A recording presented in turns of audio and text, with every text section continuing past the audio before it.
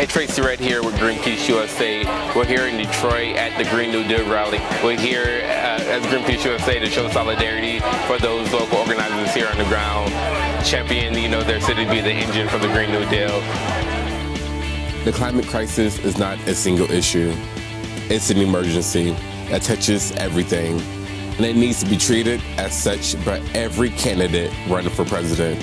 Addressing the climate crisis means fixing poor air quality in cities and low-income neighborhoods. It means addressing the lack of good-paying, safe, and sustainable jobs. It means making sure our children have access to clean drinking water. It means building reliable public transportation that everyone can use to get to work on time.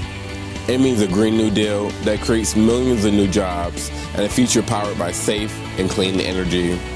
It means respect for the land, the environment, and indigenous cultures and people. The presidential campaign should be a national conversation of ideas with time and space to properly discuss this complex issue. If we're going to take the steps we need to avert climate catastrophe in the next decade, we need to know where those vying to be our next president stands today. That starts with holding a full climate debate.